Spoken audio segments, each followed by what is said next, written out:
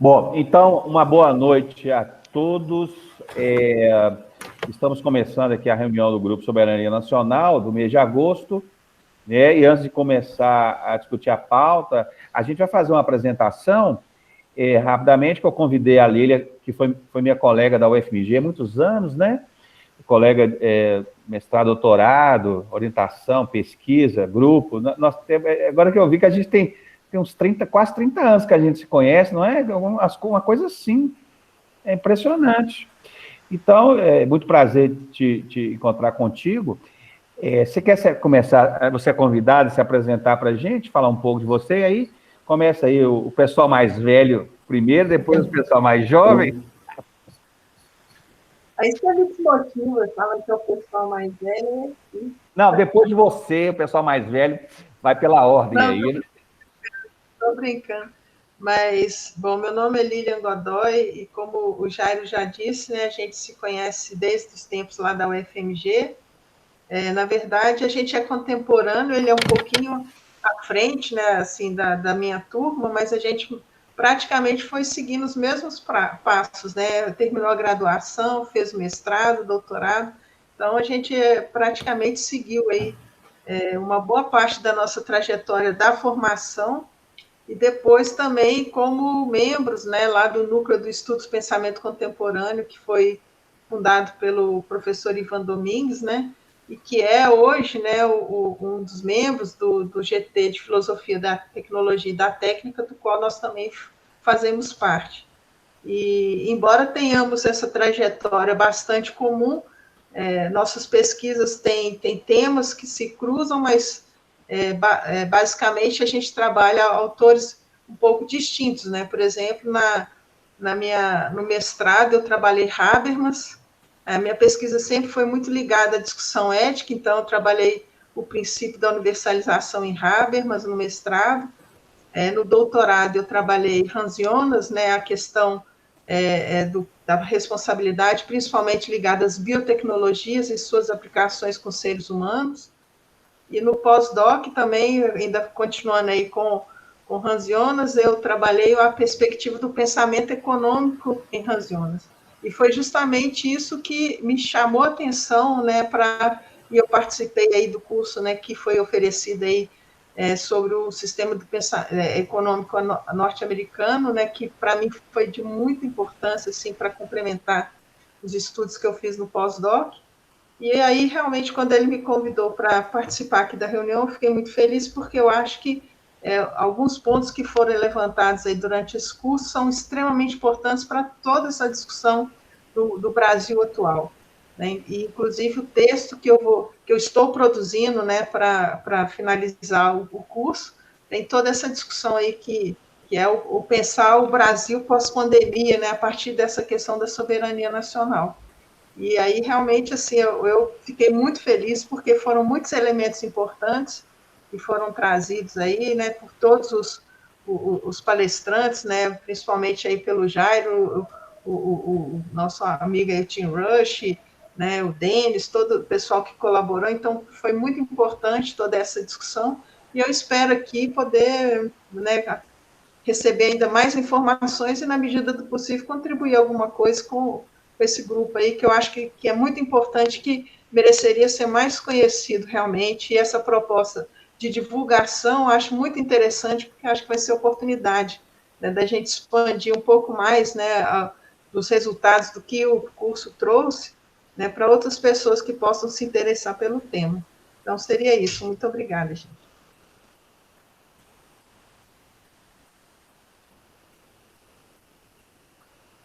Os mais velhos, eu não sei quem é mais velho aí. Meu nome é Silvano, o Jair é maldoso. Ele tem esse problema, né? Faz Botar os parte, outros, né? ele tem que colocar o outro na berlinda, né, Dudu? O Jair vai colocando o outro na berlinda, assim, aí tem que se assumir, ele tá com esse problema, que o outro tem que assumir, não sei o quê. A fala dos outros, Jair, eu não sei se constitui a gente, não. Entendeu? Eu não sei, eu acho que a fala dos outros é a fala dos outros. Eu acho que nós não temos que ser marxistas, e nem leninista, nem hegeliano, não temos que ser nada, nós temos que ser, o Dudu tem que ser o Dudu, e eu tenho que ser eu, a vida é ela, e aí depois a gente vai ver o que faz com as pesquisas, né? Porque senão a gente vai criando um estereótipo das tragédias gregas, das máscaras, né? Mas aí deixa de lado, você deixa de lado. Acho que não é bom subir máscara não, Dudu. Só uma dica. Mas aí a ideia é a seguinte, Lívia, meu nome é Silvano, e os outros já conhecem já, e eu trabalho estou no doutorado, a minha ideia é trabalhar o conceito de tecnologia e as implicações sociais do Alveira Pinto, o conceito de tecnologia do Alveira Pinto e as consequências sociais para pensar em um projeto, talvez, vinculado com essa ideia de sistema econômico brasileiro, que o Jairo está até apontando para esse lado, né? Como que nós podemos pensar, não um sistema econômico americano, mas a semelhança disso, um sistema econômico brasileiro, e viabilizar propostas de ações, né, Jairo, dentro dessas perspectivas. Então, uma das contribuições eu vejo que o Alveira Pinto poderia trazer para essa perspectiva com essa ideia de tecnologias e implicações sociais da tecnologia. Então, por aí que passa. Jair, é só o que eu acho. Não, tá excelente. Era só uma coisa que já me ensinou uma vez, que quando você recebe uma cacetada na capoeira, né, Jô? Você lembra? O cara quer reagir logo, você tem que assimilar o golpe, né? Deixar a dor e depois você não pode reagir. É só uma estratégia de você assumir essa, para depois você entrar. Mas esse é um papo muito bom. A gente continua em outro momento, né? É muito boa essa discussão aí. Bom, meu nome é Jailson, eu sou o único que da turma aqui que é diferenciado aqui no sentido da formação, né? Eu sou formado em História, né? Sou formado mestre pela UFO e doutor também pela UFO, mas também meu campo é a História, né? Então, aí já, digamos que eu sou o marginal do grupo aí, e aí só tem filósofos, né? Só os filósofos aí, né?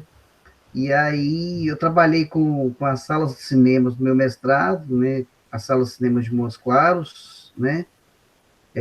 A consolidação do sistema exibidor em Montes Claros, né? Norte de Minas, né? Pela importância que Montes Claros teve nos anos 30, 40, né? E eu estava olhando aqui que Espírito Santo, a capital Vitória, tinha 7 salas de cinema, Montes Claros tinha 9, né?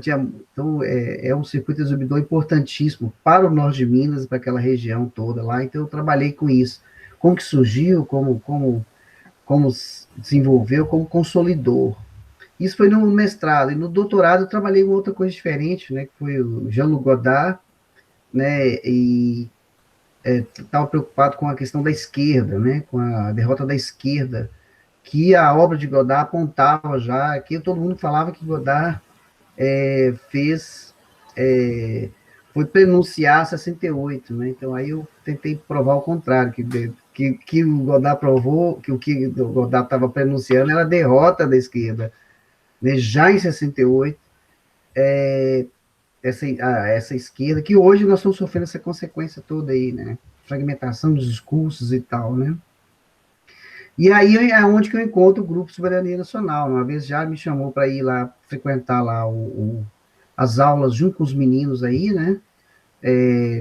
Sobre geopolítica, Alvear Pinto, e aí a gente toma contato com isso aí. Então, isso aí bagunça um pouco a gente, né? As ideias, né? Porque isso aí, que eu sempre trabalhei com cinema, então aí o desafio atual seria juntar a geopolítica e continuar com esse tema, né? Cultura, cinema. Então, talvez seja esse o desafio atual meu aqui, né, junto com o grupo, né? Ou a partir do grupo, fazer essa ponte, né? Juntando tudo isso aí, essa discussão também muito boa, também acho que foi o curso, né, sistema americano, também acho que foi muito interessante, né? A gente está colhendo pensando o curso até hoje, eu comecei a pensar o curso até hoje, né, nas reuniões que eu vou com os professores, nas intervenções que a gente faz com os colegas, né? Então, acho que foi muito rico mesmo, você tem razão isso aí, com relação ao curso, né? Então, é isso, né? Basicamente é isso. Ô Breno, a gente começou aqui só nos apresentar para a Lilian, tá? Não começamos ainda a discutir a pauta, não, tá? A gente começou mais cedo, a gente só se apresentando. Se você quiser se apresentar, a gente está seguindo os mais velhos, né? Pela lógica aí, acho que é você. Os mais velhos se apresentam primeiro. Você quer se apresentar? Então, Se apresenta aí, vai, já chegou, já apresenta. meu nome é Breno Augusto da Costa, eu sou doutorando em filosofia na UFO e o Jair é meu orientador. E eu pesquiso especialmente a obra de Álvaro Vieira Pinto, filosofia latino-americana e a relação entre filosofia e nação.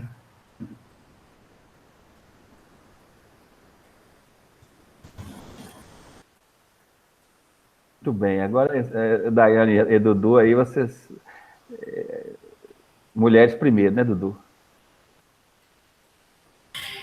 Boa noite, meu nome é Daiana, acabei de terminar o mestrado, né, sexta-feira, defendi Hannah Arendt, falei sobre totalitarismo e tentei falar um pouco sobre a banalidade do mal nas relações entre os indivíduos, né.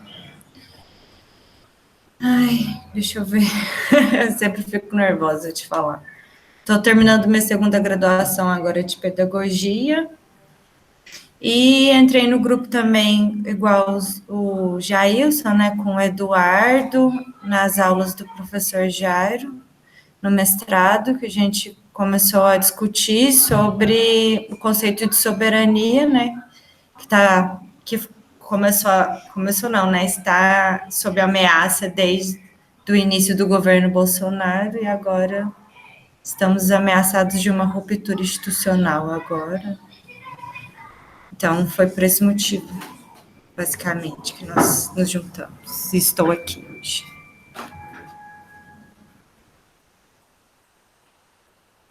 Bom, né, se for pela ordem da idade, eu me entregou que eu sou mais novo. Bom, primeiramente, seja bem-vinda, um prazer ter você aqui comigo para poder debater, poder discutir as questões sobre o nosso país. Bom, meu nome é Eduardo Leite, faço parte, fui colega de turma da Daiana, né, no mestrado, eu acabo de defender também, no último dia 13, eu defendi a minha dissertação. Eu trabalho com filosofia moderna, né, com um autor chamado Jean-Baptiste Vico, e aí eu trabalho as questões dentro da história, né, como o que é história, o conceito de história, etc. E na minha dissertação eu trabalhei a filologia dentro das obras de Jean-Baptiste Vico, porque para além da história, né, no modo geral do pensamento dele, ele trabalha sobre as questões que hoje nós chamamos de ciências humanas, né? Trabalha com a poesia, com a questão da própria filologia, a linguagem, mas dentro dessa concepção historicizada, né?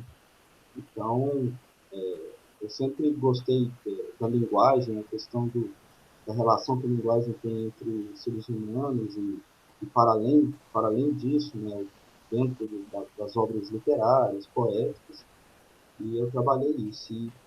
E agora, terminando o mestrado, eu estou até um pouco perdido, porque eu não sei o que eu vou estudar, se eu continuo com o Vico ou se eu vou para outra área. E eu estou pensando nisso. Mas é basicamente essas questões. Bom, Lídia, está faltando o Guilherme, acho que ele voltou a dar aula presencial, está faltando ainda um outro membro do grupo, né, o Guilherme, que trabalha com Frankfurt, na Escola de Frankfurt, de Educação, trabalha com o Rafael, né, que você conhece, colega da UFMG também. Bom, então, vamos lá. A reunião de hoje tem 3 pontos de pauta. O primeiro ponto de pauta é o costume nosso fazer uma avaliação da ação, depois a gente fazer uma análise de conjuntura mais elaborada, porque o momento é muito grave, e o terceiro ponto de pauta é como que a gente vai fazer a expansão do grupo, as estratégias de expansão do grupo. Tem alguém que está com o microfone aberto, que está dando uma microfonia muito grande, né, quando vai gravar. Bom, agora melhorou bastante, eu acho que tinha mais de um, né, ligado. Então, o ponto é esse, a avaliação da ação, a análise de conjuntura e como é que a gente vai, a proposta de ação de crescimento do grupo. A ação que a gente fez esse mês, basicamente foi a discussão que a gente teve lá no colégio. A gente fez, Lília, uma atividade, nós estamos com uma atividade de extensão, grupo, com bolsista e tal, e atividade de discutir o Brasil nas escolas, e aí a gente fez uma atividade que foi sobre como é que a dualidade, o Brasil vive uma dualidade, então há muitas interpretações dessa contrariedade, dessa dualidade brasileira, e aí a gente está tentando mapear via arte a origem dessas dualidades, né? Então eu trabalhei a ideia em José de Anchieta, a ideia de que o Brasil, a primeira leitura da dualidade brasileira foi uma leitura religiosa, e que José de Anchieta opôs os habitantes dessa região, que eram representantes das forças infernais, e os portugueses, que eram representantes do nosso Senhor Jesus Cristo. Então, eles fizeram uma disputa, houve uma divisão religiosa. A primeira divisão brasileira é uma divisão religiosa. As terras aqui eram terras infernais, e que os portugueses vieram para trazer à luz as regiões das trevas, né? E o Jair vai trabalhar depois sobre Guimarães, sobre Deus e Diabo na Terra do Sol, né? Do Glauber. Depois aí o Dudu vai trabalhar sobre o sertão e o mar, essa dicotomia. O Breno vai trabalhar sobre música brasileira, e vai. Então, essa foi a ação. Eu queria só fazer, eu não sei se todo mundo viu, mas eu queria só começar uma avaliação rápida. Eu achei muito positivo. Eu vou dizer para vocês o que eu gostei demais. Eu achei assim, quer dizer, se não fosse o Jailson, não é porque nós somos irmãos há mais de 50 anos, mas vejam bem, a gente vai em alguns lugares e as pessoas, elas já são irritadas com o que a gente fala. Já gera antipatia a priori. Tem muito lugar que você vai que as pessoas já não gostam de você, que você é da UFO, que você é universitário, professor e tal. Mas como o Jair tem uma credibilidade muito grande lá na escola, eu percebi isso, né? Então, ele resolveu esse problema da transferência para a gente ele deu legitimidade à nossa ação. Então, é interessante quando tem alguém que é do lugar, que dá essa legitimidade, e a coisa fluiu bem. Foi uma das melhores, assim, eu vi que as pessoas estavam falando elas reagiram de maneira muito positiva à nossa discussão. Mas isso é por causa da respeitabilidade. Eu acho que é interessante, então, a gente fazer, assim, os lugares que a gente for fazer uma ação, já ter alguém no lugar para nos abrir esse caminho. Então, eu gostei bastante.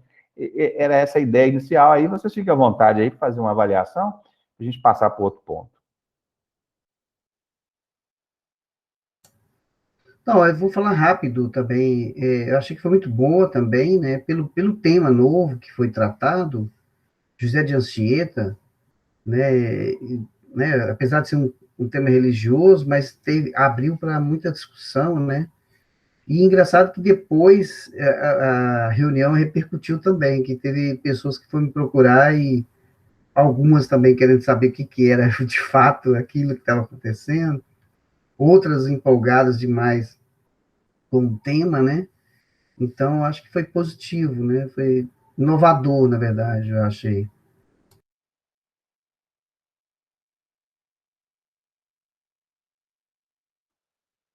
Eu também gostei bastante de como foi produzido, né, de como foi organizado, e eu também percebi que teve muito interesse, né, pelo menos enquanto estava tendo a apresentação, e depois do comentário, eu achei muito interessante. frente. Beber um gás a mais para a gente continuar as nossas leituras, né, e pesquisando sobre esses temas. E eu espero que mais para frente, em cada, em cada palestra, em cada módulo, tenha mais e mais pessoas. Né? E só compartilhando algo pessoal, semana passada eu assisti, demorei bastante, mas eu assisti Terra em Transe. Eu fiquei assim, até agora eu estou atônito, e assim, eu fico arrepiado só de falar. Glauber Rocha, sinceramente, foi gigante, imenso. E Deus e o Diabo da Terra do Sol, eu acho ainda mais gigante.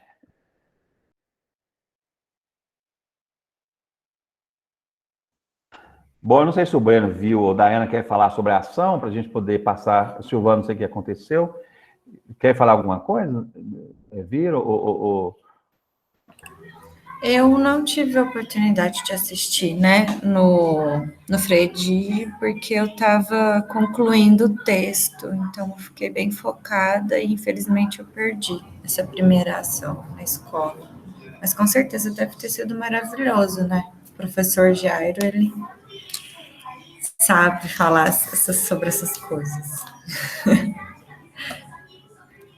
Depois que a gente defende o mestrado, a gente fica tranquilo para elogiar, né? Sacanagem, né? Mãe, nossa, é um sufoco que a gente passa. Silvano, meu caríssimo, você caiu, mas voltou. Caí aqui, duplicou a tela. Então, Falou um pouquinho lá, você estava lá, como é que é? eu estava, e eu achei interessante que eu participei também da reunião prévia, né? E aí foi interessante como os diretores, né, Jair, eu acho que é interessante, o diretor, o vice-diretor, assumiram a ideia do evento. Eu acho que isso é muito importante, isso traz uma credibilidade junto à comunidade dos professores. Ou seja, os diretores assumiram e apresentaram como uma proposta também positiva. Então, acho que isso foi interessante. Então, o trabalho do Jair foi muito interessante nessa composição junto com os diretores, né, para levar essa reflexão. E aí sua apresentação foi ótima, porque eu tinha pensado outra perspectiva, e você foi para um lado muito interessante, você trabalhou essa ideia do discurso da ambiguidade, vamos dizer, do discurso ambíguo do jesuíta, né? Que é a ideia de pensar o seguinte: olha, tem duas perspectivas, uma ideia do inferno e outra essa ideia do céu. Normalmente, um grupo dentro da história prioriza o lado positivo, né? Vieram aqui os jesuítas vieram para catequizar, o Anchieta é um catequizador, e aí supunha, por inferência, o contrário. Mas você não, você foi apresentando na obra do Anchieta a ambiguidade dos dois discursos, foi muito legal, né, Jair? Eu acho que foi muito legal isso, porque, por exemplo, normalmente a gente tem uma tendência de priorizar um lado, e você não. Articulou os dois lados, de modo que foi dando para quem estava participando, dando suporte para uma leitura interessante. Eu achei muito legal. O Breno, você quer falar? Sim, eu não tenho muito a acrescentar, não. Eu gostei bastante também, e eu acho que um índice muito bacana é a recepção dos professores, a forma como eles interagiram, como demonstraram interesse. E bacana a ação. A única dificuldade que eu vi, que eu acho que eu não consegui me formular, mas a gente está aprendendo, era como ligar o curso anterior a essa ação, né? Ele ficou um pouco descontínuo, porque, na verdade, a ideia é dar uma continuidade à discussão do curso. Mas vamos ver se a gente consegue colocar esse tema lá do curso, aparecer lá, né? Está aparecendo de maneira implícita. Então, a próxima sessão vai ser no dia 11 de setembro. O Jailson vai falar sobre o Glauber Rocha, Deus e o Diabo na Terra do Sol. Continuamos aí com a dualidade. Certo? Podemos passar para o próximo ponto de pauta? Jair, só uma questão que eu queria, como eu é presencial, é a ação, ou ainda está na modalidade remota? Como é que vocês trabalharam aí essa... Ela é remota. A UFO abriu um edital para atividades remotas. A gente ganhou um bolsista, né? Uma bolsista. Foi a primeira vez que a filosofia ganhou uma bolsa de extensão. É uma atividade remota. Então, são 6 sessões para discutir o Brasil nas escolas, né? A gente quer continuar esse tipo de atividade na sequência histórica aí do nosso grupo, assim, nas comunidades, fazer uma discussão, né, sobre o Brasil. Aí a gente colocou o problema da imagem, né? Então, mas pode ser outro tema, mas é remoto. Obrigada. Então, qualquer coisa eu posso acompanhar, então, no dia 11, né? Pode, nós vamos pedir lá a escola, porque como a escola é muito grande, tem muita gente, né? Mas a gente vai pedir para o grupo, seria interessante, né? Seria um prazer muito grande. Então, bom, vamos lá. O segundo ponto de pauta, eu acho que a gente precisava conversar, que o momento é muito grave, então nós vamos fazer uma análise de conjuntura. Eu não preparei coisa escrita, não, mas eu preparei alguns tópicos. Então, a gente podia abrir aí, fazer uma reflexão inicial. Eu também vou falar algumas coisas. Depois que a gente fizer isso, a gente podia discutir um pouco. Quer dizer, cada um apresentar, mas depois a gente fazer uma discussão, porque eu acho que não dá para a gente... A gente tem que entender essa que está acontecendo para a gente poder reagir melhor. Então, essa reunião é uma reunião mais de análise do que está acontecendo. E eu fiz assim, eu trabalhei por destaque, eu destacaria algumas coisas e discutiria. Então, vamos fazer uma rodada preliminar? Eu não quero começar, não. Vamos começar aí quem quiser, e aí eu não vou seguir, não. Aí, quando alguém parar, o outro continua. Vamos lá, vamos fazer aí em aberto, aí quem quiser começar, depois eu falo também, depois a gente faz um debate e passamos para o terceiro ponto. Eu posso começar? Bom, eu diria que nós estamos numa hora grave, e o mais difícil é que nós não sabemos exatamente o quão grave é. Existem alguns movimentos, existem alguns indícios de que pode acontecer algo de maneira eminente, existe uma data que pode servir como estopim, mas a gente não sabe exatamente se é uma hiperprecaução ou se é exatamente uma ameaça eminente. De todas as formas, eu acho que um encontro que eu tive recentemente com o pensamento do Carl Schmitt ajuda a gente a pensar algumas questões. Em primeiro lugar, eu acho que é muito importante a gente entender o seguinte: eu penso que o Bolsonaro Bolsonaro não tem uma formação filosófica, uma formação acadêmica qualquer que seja tão robusta. Eu acho que, de certas maneiras, ele pode ser compreendido como uma marionete. Ele tem, sim, um poder agente, isso não deve ser negligenciado, só que entender ele a partir de uma certa teoria talvez seria um certo abuso, porque ele não se propõe a agir a partir dela. E quando eu falo do Carl Schmitt, eu quero exprimir isso, que talvez o modo como ele age pode ser compreendido à luz disso, não exatamente que ele age com base nessa teoria dele. E quando eu penso essa aproximação, é a partir da ideia do Schmitt que não é exatamente uma eleição democrática com voto secreto que vai definir o líder autêntico, mas é a aclamação pública. E eu imagino que o grande perigo que nós temos é isso, é que o Bolsonaro, para o tipo de liderança que ele está se propondo a fazer, para o tipo de papel que ele está assumindo, ele pode prescindir das eleições. É claro que uma certa forma de legitimação para ele seria bem-vinda, como a eleição nos moldes como a gente tem, ela ofereceria. Porém, ele é uma pessoa que, se houvesse uma aclamação pública, na praça pública, é algo que ele valorizaria mais, que ele assumiria isso. Até mesmo porque ele utilizaria isso como uma justificativa, uma explicação para o fenômeno das urnas supostamente não serem confiáveis, não expressarem o resultado da vontade do povo.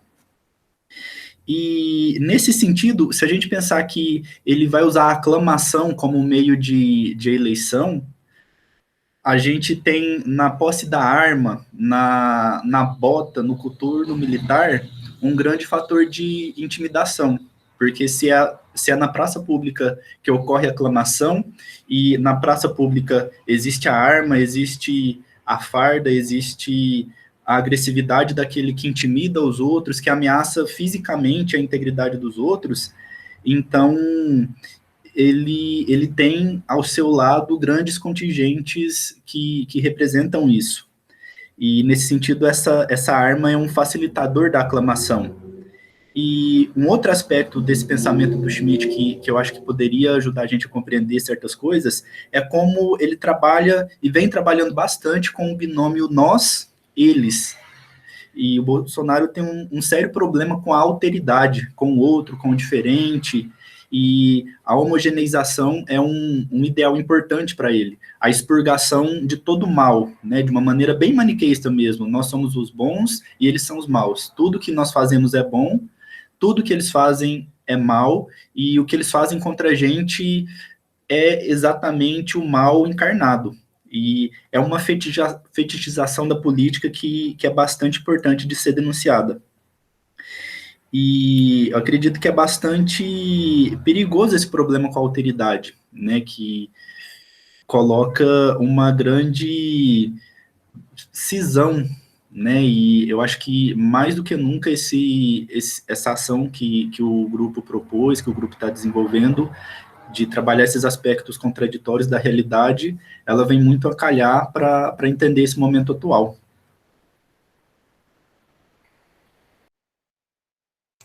Muito bem, depois você volta aí no comentário. Vamos lá. Eu queria ser rápido, eu queria basear a minha fala, eu estava até pensando o que eu ia falar, nas impressões, né? O que eu estou vendo, né?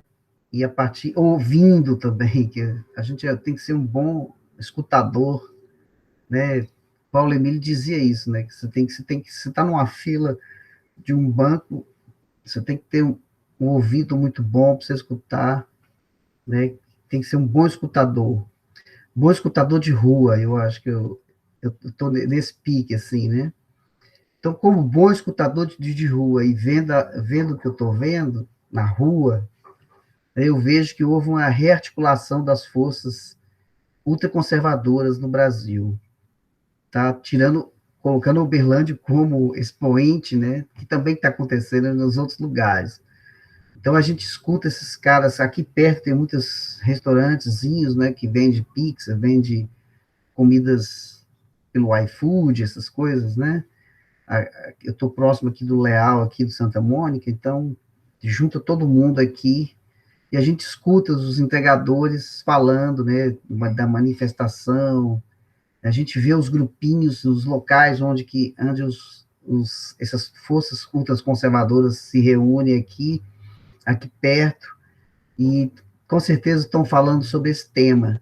E, além de escutar, eu estou vendo também pela cidade, aqui também, que eu tenho que voltar também a trabalhar na escola, né? Então a gente passa indo ali para o Tibere, não sei se vocês viram, mas ali próximo do shopping, eles já estão vendendo roupas com a gravura de Bolsonaro, né, estão vendendo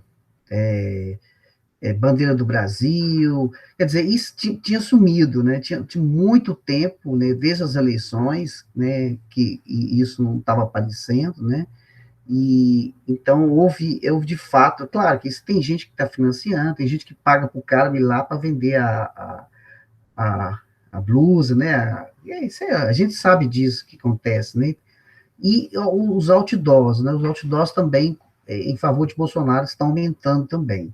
Então, isso aí mostra que houve uma rearticulação, né, das forças ultraconservadoras, né?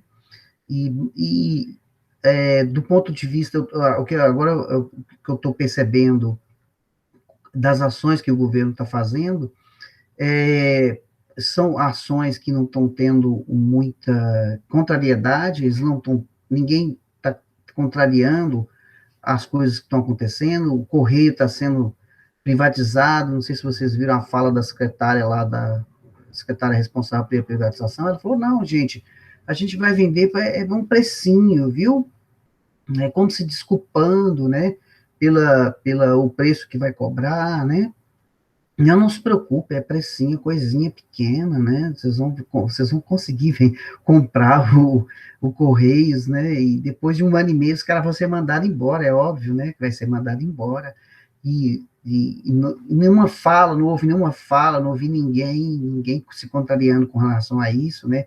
De colocar o Correio como um objeto de desenvolvimento do país, como os Estados Unidos fez, né? Os Estados Unidos fazia isso, né?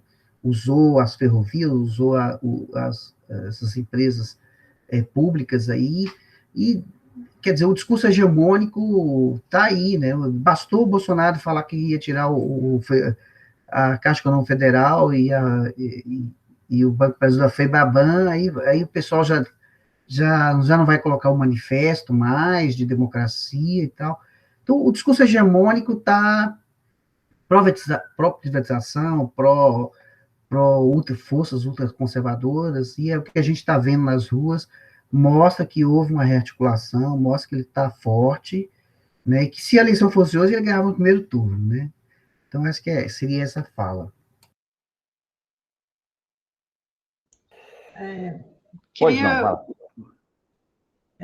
Queria complementar um pouco assim a análise, né, que o Breno e o Jailson fizeram, porque de fato assim a gente tem percebido, né, que embora o Breno tenha falado, né, de fato o Bolsonaro não tem nenhuma formação acadêmica, não é nem só em filosofia, ele não tem formação acadêmica, mas ele tem uma vivência política que dá a ele uma forma de agir que é muito pragmática. Então, né, quando as pesquisas começaram a mostrar que ele estava perdendo, né, popularidade, logo em seguida ele já, né, como ele sempre faz, né, ele já articulou a discussão em torno do voto impresso, conseguiu mobilizar, né, os seus apoiadores em torno dessa pauta, e aí logo em seguida, né, com a prisão aí do Roberto Jefferson, ele já desviou a atenção para a questão, né, do impeachment lá do Alexandre de Moraes, e depois ele não chegou a formalizar, né, o pedido contra o Barroso, mas de todo jeito, assim, ele fica o tempo todo levantando pautas para que a gente desvie a atenção justamente daquilo que realmente é o que mais nos afeta, né? Por exemplo, toda essa agenda econômica, né, com as privatizações, com essa discussão dos precatórios, com a retirada dos direitos, né, nessa mini reforma trabalhista aí da MP 1045, também com a discussão aí, né, do marco temporal que tira as terras dos indígenas. Então, quer dizer, são muitas pautas que estão sendo levadas ao mesmo tempo, e ele nos desviando a atenção, né, com essa eterna tensão, como a Daiane apontou, né, dessa, assim, a eminência de uma ruptura institucional, e que uma análise que eu ouvi hoje falando que o Brasil está como se estivesse com a respiração presa. A gente está numa tensão tão grande que está com a respiração presa até o 7 de setembro. Quer dizer, porque a gente não sabe o que pode acontecer. Pode não acontecer nada e realmente ser uma mera bravata, mas pode acontecer realmente, né, porque ele está ganhando adesão cada vez maior das polícias militares, né, ele fez um plano habitacional só para os militares, né, uma Minha Casa Minha Vida destinado especificamente para as polícias militares. Então ele sabe cooptar esse pessoal e, ao mesmo tempo, ele sabe instigar o ódio nos seus apoiadores, essa questão do que ele falou, né, entre o fuzil e o feijão, quer dizer, existe a fome no Brasil, isso é um fato. E aí ele desvia a atenção, né, porque ele está falando para a gente que pode, ele está falando para os produtores rurais, ele está falando para quem tem condição de comprar um fuzil. E é essa gente que realmente está disposto a matar ou morrer por ele. né? Então, assim, embora eu não ache que ele esteja tão forte a ponto de ganhar no primeiro turno, eu não acho, né? Assim, porque eu acompanho muito as discussões em chats, em rede social, então eu vejo que realmente tem uma parcela da população que está fechado com ele, literalmente, assim que eles falam, mas tem muita gente que já despertou. E tem, inclusive, gente que se arrependeu de ter votado nele, né, e principalmente por ter perdido pessoas aí durante a pandemia, de ter perdido poder de compra, de estar sentindo no bolso, né, o aumento da gasolina, a volta da inflação. Então, assim, tem muitos aspectos econômicos que pesam contra o Bolsonaro. Mas aí ele vem com essa retórica, né, com essa forma como ele tem de realmente, né, conseguir falar para a população que se identifica com ele, né, que são pessoas que não têm muita formação, não têm muita visão, mas tem esse ódio também, essa coisa, né, e ele mobiliza esse sentimento. Então, assim, eu acho que ele tem realmente uma parcela aí, mas ele não tem força suficiente para um golpe, isso eu penso que não, né? Principalmente porque muita gente já está se colocando contra ele, né? Hoje mesmo o agronegócio, uma parte do agronegócio que está mais voltado para uma questão da sustentabilidade, que preocupa com o mercado externo, né, que é o mercado europeu, o mercado norte-americano, que tem uma preocupação com a sustentabilidade, e esse pessoal já está se distanciando dele.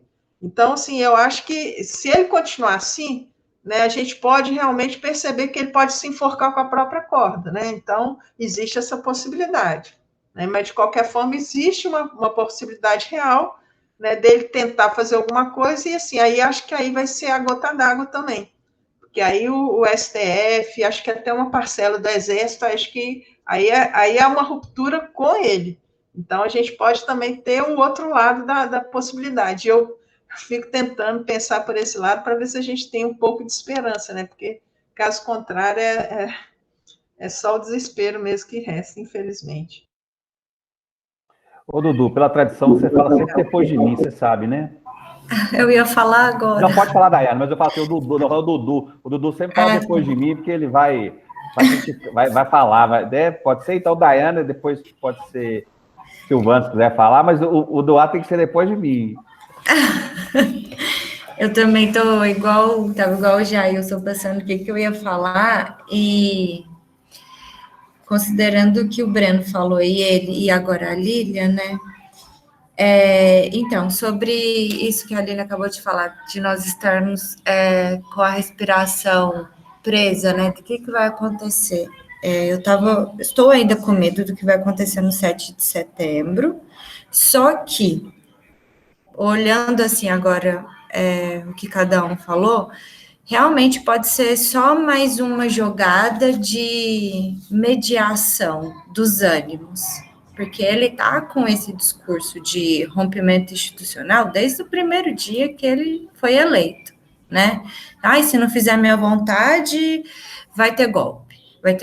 Tá assim desde o início. Agora está mais forte, porque como a Lilian, né, expôs, ele perdeu forças, né? Perdeu o eleitorado, perdeu uma quantidade de pessoas grande assim, que iriam votar nele na próxima eleição, que já não querem mais. Então, ele já volta com esse discurso mais forte, já, né, pega uma parte da polícia, que é uma parte corrupta mesmo, da polícia que não tá nem aí para defesa nacional, né? E vem com esse discurso mais forte. Então, eu acho que agora ele está querendo medir os ânimos para onde ele vai, né? Se ele perceber que vai ter realmente um conflito com as forças contrárias, né, com a oposição, eu acho que ele é capaz, sim, de fazer uma coisa mais grave, mas não agora. Eu acho que isso vai acontecer ano que vem, né? Perto ali, acho que já no início do ano ele já vai começar a querer articular mais isso. Deixa eu ver aqui o que eu anotei. Então, ele ser marionete, será que ele é uma marionete mesmo? Ou igual a Lilian falou, porque ele tem uma vivência política, ele sabe como funciona essa política de toma cá, né, toma lá da cá, ele joga muito bem isso, né, ele está investindo na força militar, então eu fico pensando também nesse lado, e fugir, o que eu queria falar de verdade. Então, pensando assim, até no totalitarismo, né? Porque Hitler, ele conseguiu apoio com as forças, a força social que era aliada a ele, como os informantes, né? Aí você pega a fala do Jailson, que já tem esse discurso né, pró-Bolsonaro, ultraconservador, que essas pessoas elas já estão se articulando nesse sentido também, que vai ser a base de apoio do Bolsonaro, ele vai usar isso. Mas eu acho que agora ele não vai tentar uma ruptura, vai tentar no que vem mesmo, se não aconteceu o que ele quer, que é, lembrei da última fala dele, né, que é ou morte, ou preso, ou vitória. E eu já tinha falado, não sei se vocês lembram, que o Bolsonaro não é homem, né, assim, né, na visão dele, ele não vai aceitar ser preso, porque se ele for preso, ele vai ser comparado ao Lula. Então, assim, fora de cogitação, ele não vai ser preso. Morte também eu acho que não. Então, assim, ele vai tentar forçar uma vitória ano que vem, eu acho. E vai usar o 7 de setembro para analisar o ânimo, da onde ele pode pegar a força para o ano que vem. Eu vejo isso. Você quer falar, Silvano, ou eu posso falar? Eu falo. Oi, não escutei. Você fala? Eu falo agora. Vamos manter a tradição. Você depois e o Dudu. Não vou estabelecer ruptura.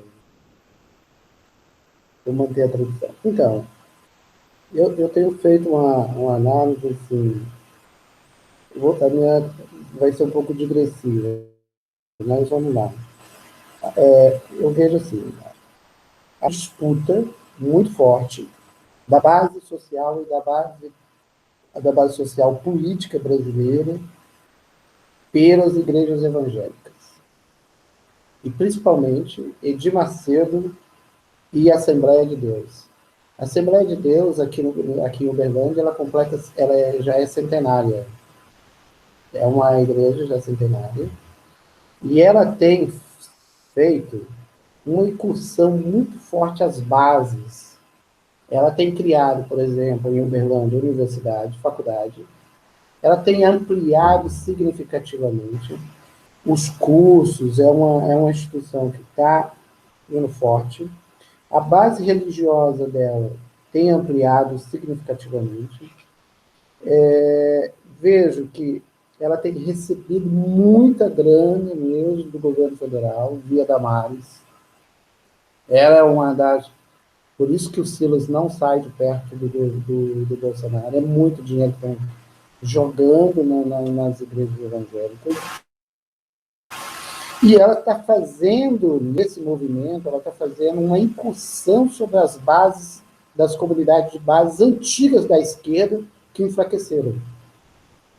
Porque quem já fez o enfraquecimento da igreja católica, da base da igreja católica, foi os carismáticos, que não teve base nenhuma, só destruíram e a igreja ficou sem saber para onde ir.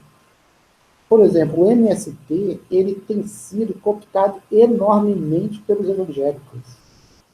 Eu conheço, por exemplo, um colega, assim, ele é pastor, e ele está com várias comunidades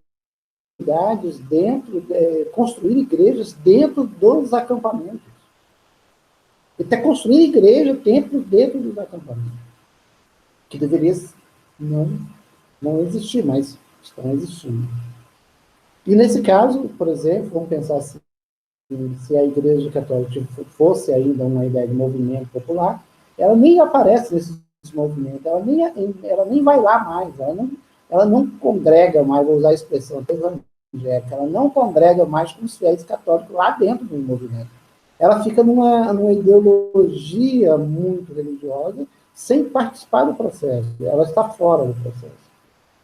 O movimento está andando por ele mesmo, e via orientações petistas, umas orientações de grupos do PSTU, mas que sem muito o que fazer com a própria tecnologia, que é fantástica, das sementes crioulas.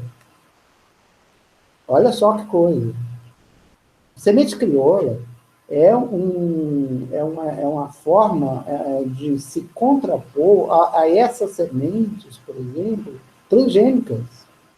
E aí, só para pegar uma coisa, né, assim, já era questão de tecnologia, teve agora uma pergunta, um pessoal botou o Bill Gates na parede, falou assim, ué, Bill Gates, você está com essa questão de tecnologia toda, mas por que você comprou um terço das terras americanas? Bill Gates comprou um terço das terras americanas. E ele falou assim, a questão chama-se biotecnologia das sementes. Ele falou isso, que está em risco é a biotecnologia das sementes. E a outra, energia. Ele está preocupado. Ele diz que os dois grandes projetos que vai se desenvolver nessas terras que ele vem comprando é biotecnologia das sementes e energia. Olha só o que nós estamos aí. Ou seja, e aí nós estamos falando de um Brasil com fome, né? Olha o que nós temos. O agronegócio que expande o negócio, mas o povo passa fome. E quem poderia estar ajudando nesse processo não está aqui, seria sem terra. E não vai, porque esse grupo religioso, principalmente dessas igrejas, a ideia deles é enriquecimento rápido. Não, porque quanto mais enriquecimento, mais eu sou abençoado, mais eu sou. Né? Aquelas coisas todas. Então eu estou vendo essa desestruturação dessas bases políticas. E aí, onde está o Bolsonaro? O Silas Malafaia não sai do Bolsonaro. Quem está levando o Bolsonaro em todos os lugares é o Silas Malafaia. Em todas as igrejas evangélicas. Ele vai em Manaus, ele fala na igreja lá, ele vai em Anápolis, na igreja, ele vai em Goiânia, na igreja. Ele só anda em igreja. Ele pode falar de qualquer coisa, ele pode xingar todo mundo, mas não importa. Mas ele está nas igrejas.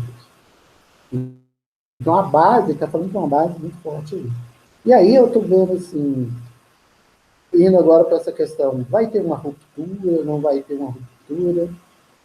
Eu não sei se não vai ter uma ruptura, mas, por exemplo, outro discurso que eu estou vendo eu tenho visto muito os generais da PM paulista, que têm se posicionado e falando, o Bolsonaro, há 5, 6 anos atrás, a polícia não queria nem saber, nenhum policial queria saber do Bolsonaro. Aí ele fala assim, o que o Bolsonaro está fazendo? Está trazendo a indisciplina para as instituições. O Bolsonaro está trazendo a indisciplina para as instituições. E as instituições não estão sabendo lidar com esse processo de indisciplina dos soldados. Olha que coisa. Então, há uma quebra institucional que o Bolsonaro está fazendo. E aí, Breno, quando o Breno fala dessa questão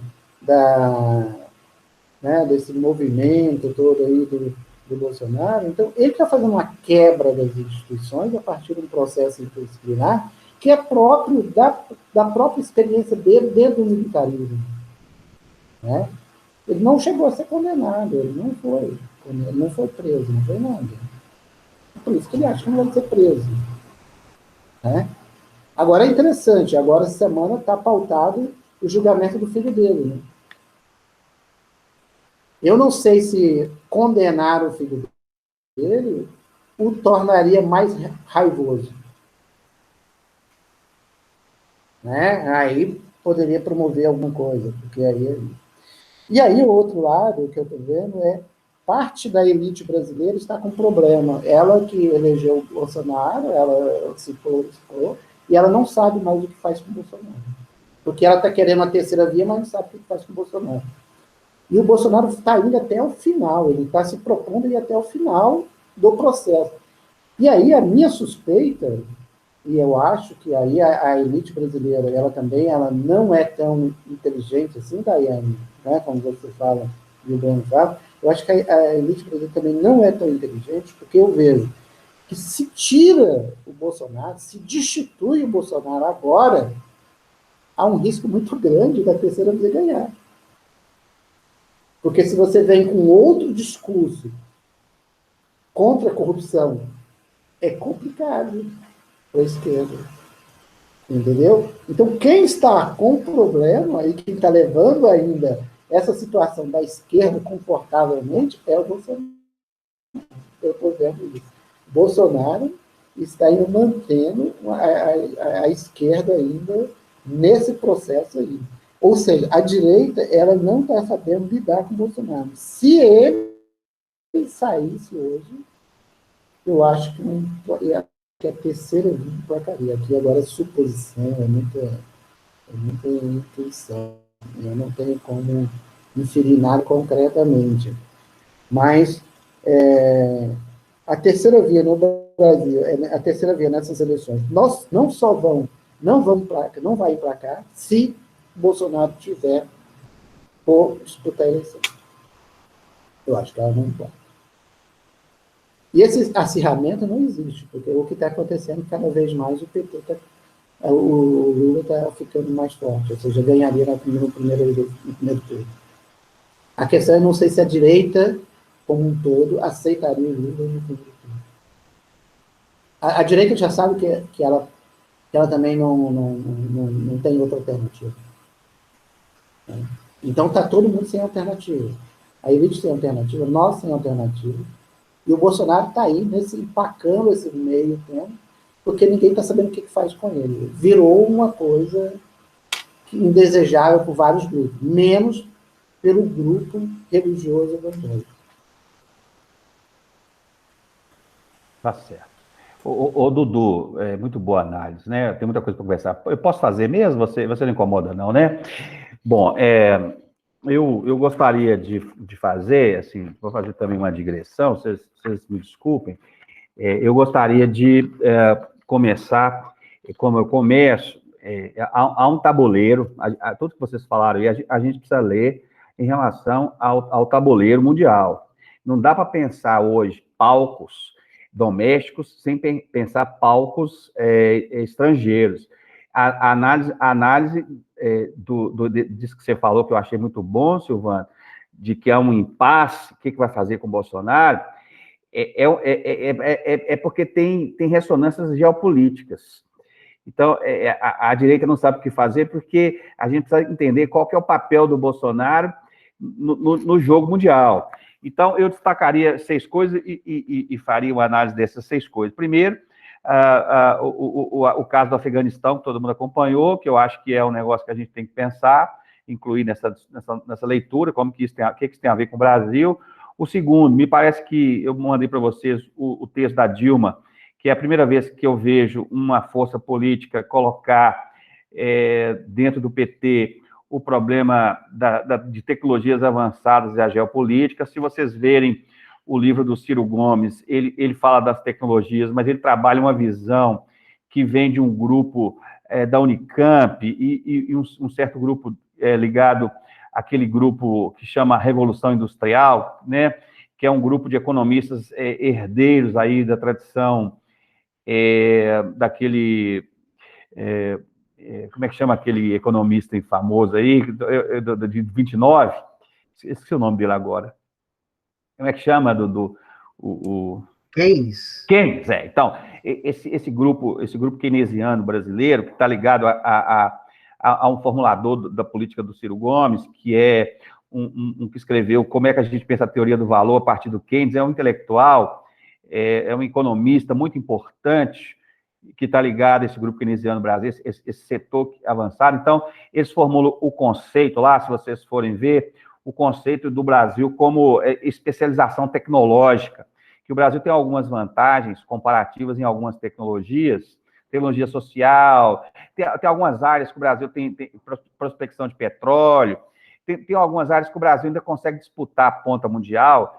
Então, o projeto do Ciro é um projeto de especialização tecnológica. O projeto de desenvolvimento está ligado a um projeto de especialização tecnológica. Se vocês verem, tem vários grupos, aí não é mais ligado ao Ciro, mas ligado à esquerda, ao PSOL, ao PT, que é um pessoal ligado à tecnologia social, que é um grupo ligado também à Unicamp, é um grupo muito forte, que coloca o conceito de tecnologias de resolução de problemas. E quando o Brasil conseguir desenhar tecnologias de resolução de problemas que são próprios ao nosso país, nós vamos, então, os países que são semelhantes aos nossos problemas, nós vamos poder, então, exportar essas tecnologias e fornecer soluções de problemas, exportar essas soluções tecnológicas para esses países. Então, é um grupo que trabalha com um tipo de tecnologia de resolução de problemas, tem a ver com tecnologias sociais, vários outros grupos. Não dá para montar aqui a pauta, mas também não coloca... E se você for discutir com esse grupo, o Dagny também é um grande expoente desse, viu, Lília? Mas quando você coloca para esses grupos que nós temos que fazer tecnologias que têm a ver com a disputa geopolítica de poder, a esquerda não coloca esse tema. Então, o PT lançou o documento sobre tecnologias que são tecnologias verdes, né, tecnologias adequadas, ele chama assim, tecnologias adequadas ecologicamente ou sustentáveis. Então, o texto da Dilma me parece que é um texto muito importante, eu não sei se é dela, se é um grupo político, ela coloca a ideia de que você tem que, na disputa entre os Estados Unidos e a China, não tem jeito de você não fazer um projeto de desenvolvimento do país sem colocar o problema da inteligência artificial, o 5G, ela coloca algumas tecnologias de ponta, que são tecnologias que imediatamente não têm a ver com os problemas do Brasil imediatos, mas tem a ver com problemas de poder nacional, de como que o Brasil vai sobreviver enquanto nação, e na sequência histórica, como que nós vamos nos posicionar na grande competição Estados Unidos e China. Então, eu acho que eu acho que na conjuntura algo a ser destacado, tá? O terceiro, me parece que é uma inflexão do Lula.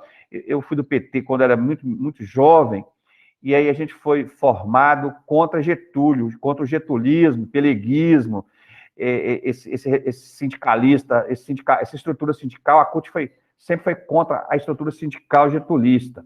E o Lula, essa semana aí, fez uma inflexão, ele fez um elogio estratégico a Getúlio, me parece que é algo também novo na conjuntura. É a primeira vez que eu vejo o Lula falar bem de Getúlio Vargas, do ponto de vista estratégico, não é só do ponto de vista de concepção de soberania. Ele defendeu, diz que Getúlio Vargas é um grande propulsor da industrialização brasileira, quando ele criou a Petrobras, criou a Companhia Siderúrgica Nacional, né? Então, o processo de industrialização brasileiro deve muito a Getúlio Vargas. Essa é uma inflexão interessante. E o quarto tema que eu queria destacar é o seguinte: vocês falaram muito bem que muitos de vocês falaram muito bem aí que há um certo desagrado de Bolsonaro, de certos setores da elite, né? Muita gente falou, ele está certo, mas tem que ver uma coisa interessante que eu estava falando até com o Jair, que é o seguinte: ele pode ter perdido apoio popular, mas ele ganhou organicidade. Isso que o Jair está falando aí, que o Jair falou, e o que o Silvano falou dos coronéis, não são generais, né? Os coronéis da de São Paulo. Então, antigamente a gente achava que era ralé da polícia que estava ligado a Bolsonaro. Não é, não. Agora são coronéis, são oficiais. Então, se são oficiais, eles ganharam em concepção logística. Quer dizer, quando você tem coronéis te apoiando, e o Partido Militar, então, agora ganhou quadros mais sofisticados, mais preparados, eles têm a capacidade de propor operações mais sofisticadas. Então, ele perdeu o apoio, mas ele ganhou em organicidade no Partido Militar. E eu concordo com a Daiane, quer dizer, a gente tem que parar de pensar que existe a luta final, nunca existe a luta final, né? Então, parece que é um teatro de operações, você tem razão, é uma operação psicológica, chama OPSI, né?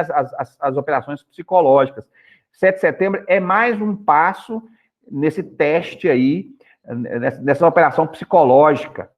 de construção, né, de um projeto específico de poder, de um determinado tipo de classe social, e o problema é a gente entender que esse tipo de projeto de poder, que o bolsonarismo, essa base social, econômica, social do bolsonarismo, ele está certo, ele consegue aglutinar, serve a qual interesse estratégico. É isso que a gente tem que fazer, para a gente entender qual é a sequência. A gente está angustiado, é porque a gente precisa entender o seguinte: não existe hoje nenhuma força política nacional interna a um país que faz um movimento sem levar em consideração o cálculo geopolítico. Não existe isso mais. Não existe. Agora, vamos fazer uma quartelada aqui, e como é que a China, a Rússia e Estados Unidos se posicionam nesse tabuleiro? Então, a gente teria que fazer esse tipo de coisa. Serviria a quê um golpe bolsonarista? Serviria a qual objetivo estratégico global? Isso que a gente vai mapear. Se servir algum objetivo estratégico global específico, ele terá condições de fazer esse golpe. Mas se ele não tiver nenhum tipo de relação com nenhum tipo de movimento do tabuleiro internacional, ele é fadado ao fracasso. Ele pode até dar o golpe, mas ele será destruído. Ele será destruído, porque não interessa as potências hoje, não existe mais jogo interno, jogo doméstico, o jogo é sempre externo. Então, eu queria só aprofundar duas coisas e encerro, que é o seguinte: veja bem, eu mandei para vocês um texto, não sei se eu mandei, mas, enfim, é um texto que faz uma análise da Estratégia de Segurança Nacional dos Estados Unidos, da Estratégia Nacional de Defesa do Pentágono e da Avaliação Mundial de Ameaças da CIA. Eu mandei esse texto para vocês, aí no grupo, né, que está fazendo uma análise desses três documentos. E aí, vejam bem,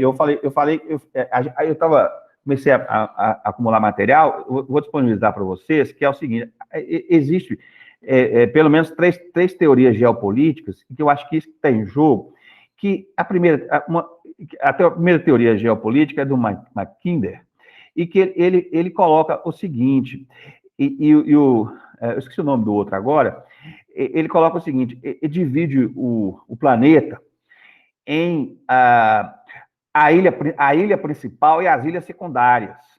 A ilha principal, né, o coração da Terra, é composto fundamentalmente pela Europa e a Ásia. E aí, esse continente eurasiático, ele tem 60% da população, tem as maiores fontes de recursos, é o continente mais rico e mais poderoso da Terra. Então, os Estados Unidos é uma potência insular, ele é uma ilha, é uma grande ilha, mas é uma ilha em relação a essa outra grande ilha, que é o coração da Terra. Então, ele diz o seguinte: os Estados Unidos não tem jeito de ele se colocar enquanto uma nação soberana se ele não levar em consideração os movimentos que se fazem na grande ilha, no coração da Terra. Então, o coração da Terra é o Heartland, que é a Eurásia. E aí é o seguinte: então, os Estados Unidos, o objetivo estratégico dos Estados Unidos é não deixar que a Eurásia forme um sistema integrado. E aí, o análise que eu estava lendo é o seguinte: a história, aí já isso pode nos ajudar, a história desde o século XVIII, século XVII, ela sempre foi uma luta, é o seguinte, que ora a Inglaterra, a Rússia e a Alemanha, eles sempre foram os grandes atores. Os atores, eles são os grandes atores. Então, o problema todo da Inglaterra era não deixar que o poder industrial alemão se unificasse com o poder da Rússia de fornecer matérias-primas. Então, se tivesse uma aliança Rússia, matérias-primas e o poder industrial alemão, a Inglaterra perderia a hegemonia. Então, elas são poderes terrestres. Então, a Inglaterra sempre foi um poder marítimo e a Rússia era intransponível do ponto de vista da guerra marítima. Então, a Inglaterra sempre pensou em fazer com que a Rússia não se tornasse um poder anfíbio. Isso é interessante, não deixar que na Eurásia apareça um poder anfíbio, ou seja, uma potência que tenha tanta capacidade de operação terrestre como operação naval. Então, vejam bem, isso é importante. Então, a estratégia americana, há mais ou menos 150 anos, foi o seguinte: nós não podemos deixar que apareça na Eurásia uma potência que unifique geoeconomicamente essa região. Faremos todo o possível, tem que fazer todas as coisas possíveis e impossíveis para poder impedir que haja essa potência eurasiática. E aí vocês vejam que as pessoas falam, os Estados Unidos perdeu o Afeganistão. Ele só mudou de tática. Então, nesse documento está dizendo o seguinte, que os Estados Unidos hoje não pode impor a sua força em qualquer lugar, a qualquer preço. Ele tem resistência. Então, veja bem, a estratégia americana, me parece, no Afeganistão, é fazer uma guerra de guerrilha, é desestabilizar a região. Não é por isso que eles deixaram as armas, nenhum poder deixa armas para os outros, né? E agora tem ataque ontem, os Estados Unidos, os militares americanos tiveram com os militares afegãos, eles fizeram operações conjuntas no aeroporto. Vocês acreditam nisso? Vocês podem acreditar que soldados americanos e soldados do Talibã fizeram operações conjuntas contra o ISIS dentro lá de Cabul? Quer dizer, como assim? Então, veja bem, é preciso cercar a Rússia, é preciso cercar a China. Então, os Estados Unidos estão eu chamo o pivô, né? Ele tem que ter uma ponta de lança, e a ponta de lança, ele saiu um pouco do meio oeste, foi para a China, porque a China ela vai se tornar um poder anfíbio, e ela coloca a guerra em 3 níveis, o ar, a terra e o mar. Então, ela vai ser, o poder dela é amplo espectro. Então, é preciso parar a China de qualquer maneira. Seja apoiando o Talibã, seja contra o Talibã, seja apoiando o ISIS, não importa. Não importa. Então, os Estados Unidos, eles saíram, tem uma análise que eles saíram do Afeganistão, mas eles mantêm 2 coisas, operações irregulares de forças especiais, empresas privadas. Ele vai fazer a guerra sem bandeira, ele vai fazer a guerra sem colocar a bandeira americana, mas essa guerra vai continuar. É preciso, já que nós saímos, nós temos que desestabilizar.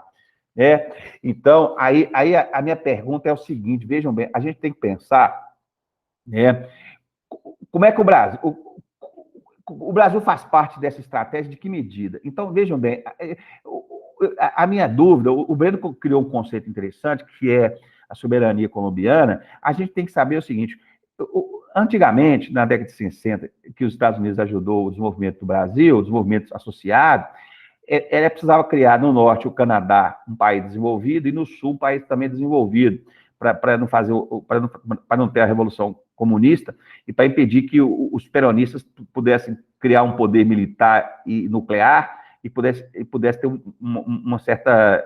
o Perón era um certo adversário estratégico dos americanos. Então, o Brasil foi muito privilegiado nessa luta, né? Então, o Brasil se desenvolveu, indústria do aço, indústria de armamento, muito por causa disso. Mas aí parece que depois, em certo momento, do governo Trump, as empresas foram saindo. Então, eu tenho que saber o seguinte, o Brasil vai se tornar governado por um imperador Bolsonaro e as capitanias de coronéis milicianos. Quer dizer, a estratégia americana, enquanto fronteira sul, porque eles estão dizendo o seguinte, se os Estados Unidos não conseguirem impedir que haja uma potência hegemônica na Eurásia, os Estados Unidos têm que se fechar na América, com sede em Washington. Então, eu chamaria o sistema América. Ele teria que integrar a América e subordinar toda a América, né?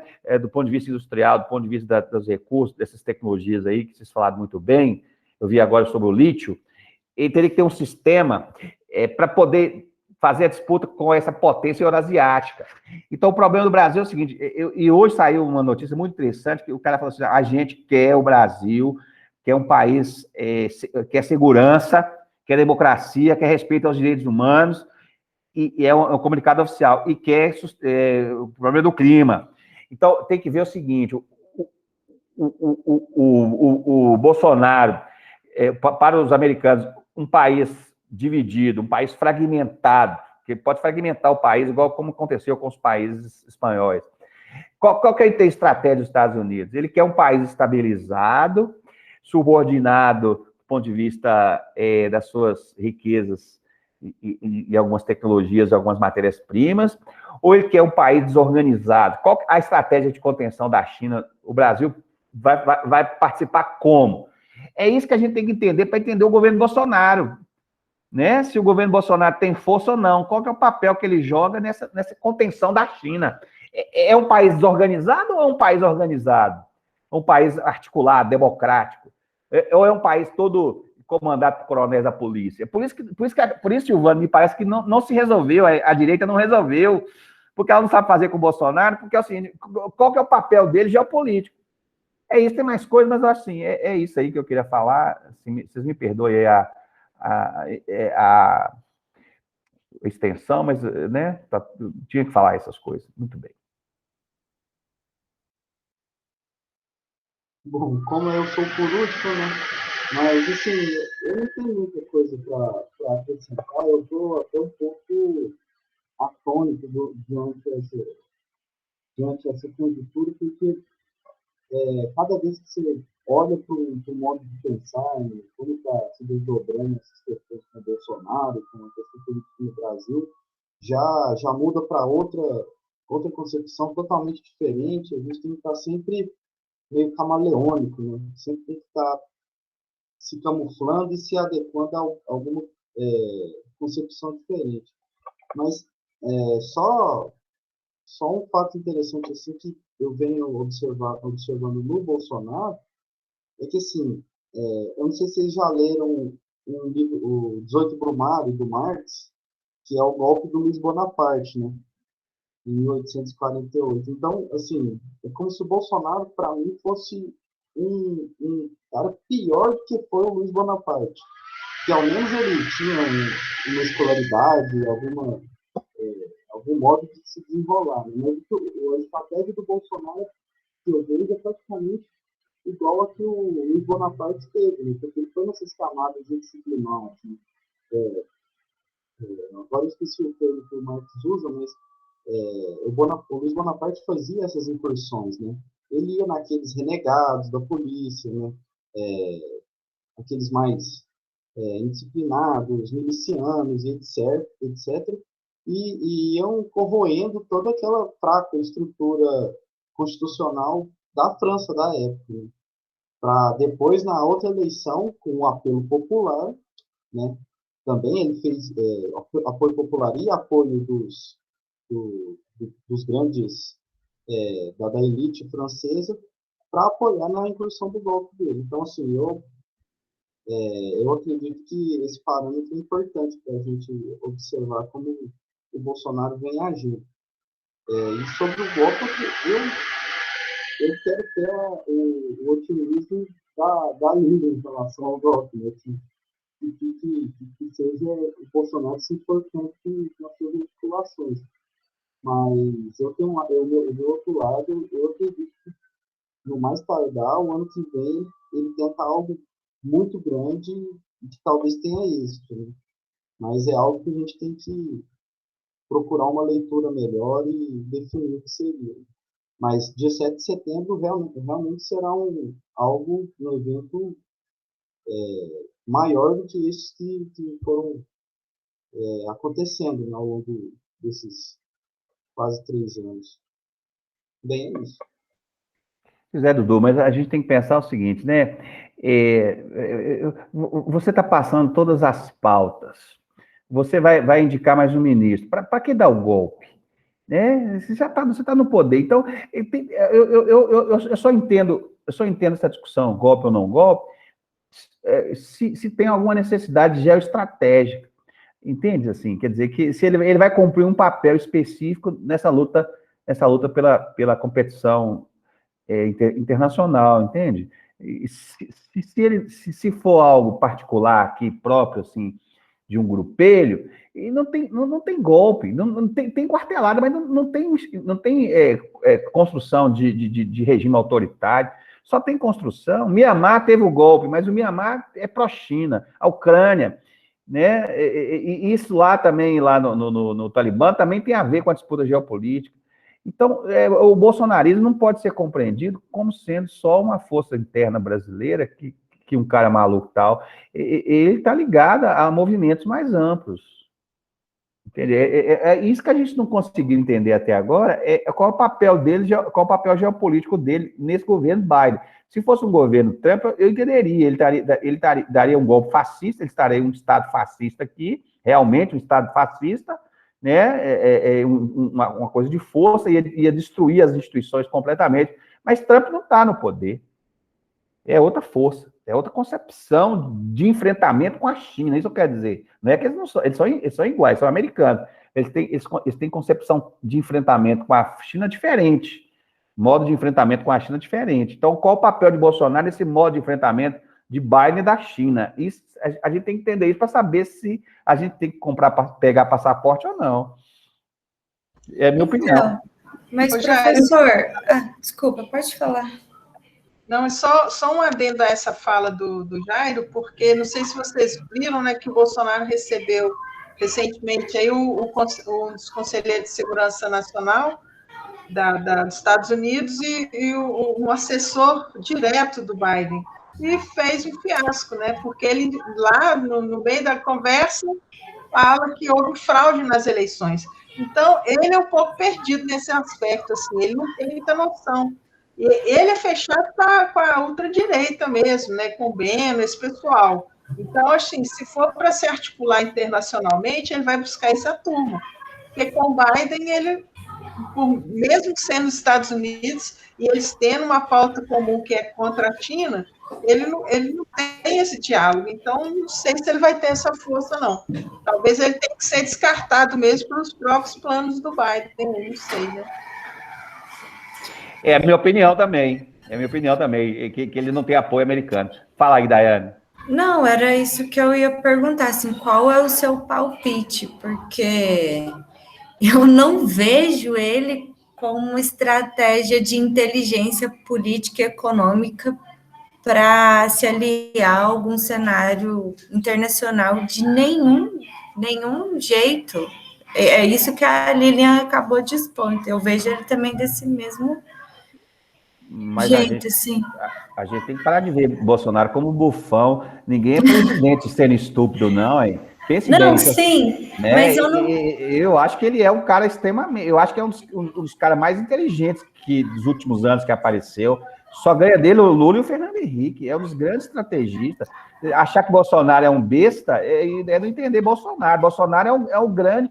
O que o Bolsonaro está fazendo? Ele está fazendo o que Mussolini falou. Mussolini falou assim... O fascismo estava dentro do subconsciente italiano e eu só tirei para fora. E ele está fazendo a mesma coisa. Ele usa muito bem do ressentimento, né? Do ressentimento das massas. Mas eu ainda não consigo enxergar essa inteligência de estratégia geopolítica. Então, assim, qual seria o palpite dessa aliança, sabe? Pois é, eu acho que tem uma seguinte, o Bolsonaro não é só Bolsonaro, tem um comando geral do Partido Militar, né, gente?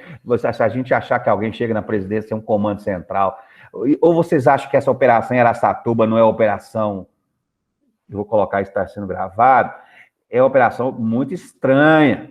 Uma semana antes, vocês viram as cenas, são cenas horrorosas, é operação de inteligência, 40 explosivos, drone... Quer dizer, drone, né? Eles cercaram a cidade e fizeram uma operação de guerra. Isso aí tem que ter inteligência operacional. Quem é que tem inteligência operacional para fazer um tipo de ação dessa? Criar o terror antes do dia 7. Então, existe, na minha opinião, existe um comando central que está orientando essas ações de Bolsonaro. Né? Não é que ele é o marionete, mas ele também tem um papel específico, né? Então, eu acho que ele está ligado a uma internacional de direita, vamos chamar assim, né? Ele é o líder hoje da direita no poder, mais importante, e aí esse alinhamento é esse, né? O Trump pode voltar, o Trump não está descartado, vai ter eleição parlamentar dos Estados Unidos no ano que vem. Então, nós temos que estar atentos às eleições parlamentares, porque os democratas podem perder maioria no Congresso e no Senado, no Congresso. Então, o Bolsonaro, me parece ter uma estratégia... A estratégia de Bolsonaro é se tornar o imperador do Brasil e colocar as capitanias comandadas por milícias. É um Estado miliciano, né? O Estado todo bem, sem a justiça do jagunço, a justiça da milícia. Esse é o conceito. Eu queria saber se um Estado miliciano, igual o Talibã vai fazer lá, se um Estado miliciano no cone sul do Império é interessante ao Império. É só isso que eu tenho dúvida.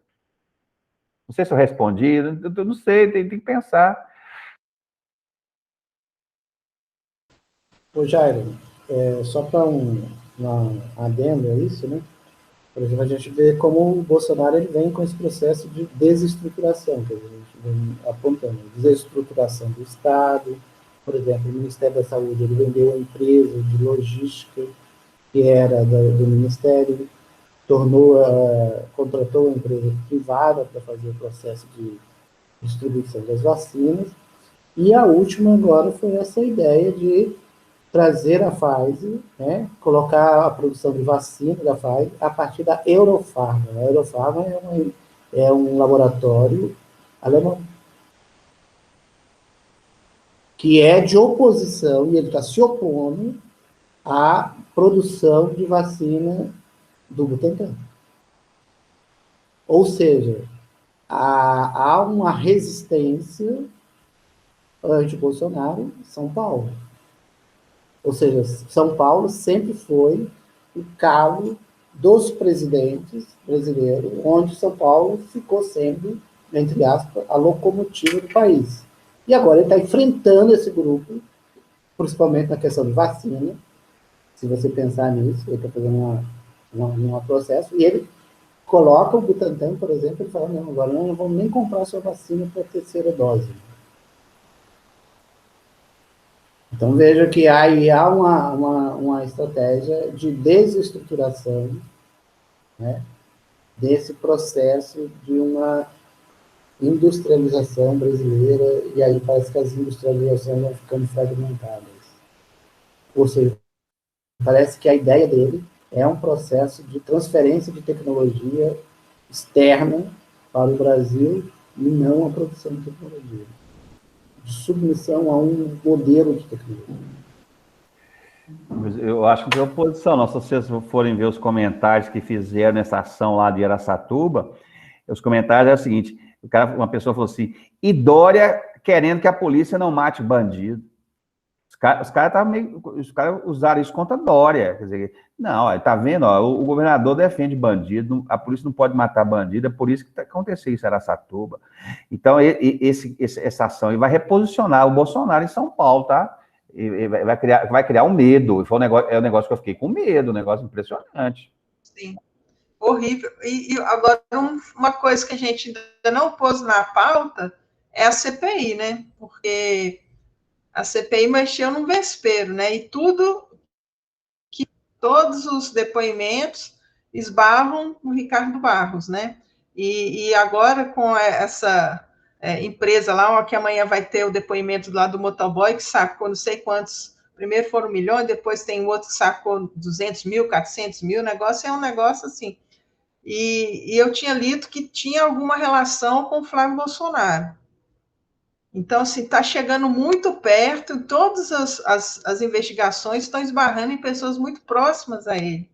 Então, tem esse fator CPI que também pode vir dar uma mexida, né? Apesar de que o Aras foi reconduzido, e ele acho que no depoimento dele lá, acho que ele tentou meio que ceder um pouco lá para os senadores, então não sei como é que vai ficar esse arranjo agora daqui para frente, né? Hoje mesmo a PGR já fez um processo contra o Roberto Jefferson.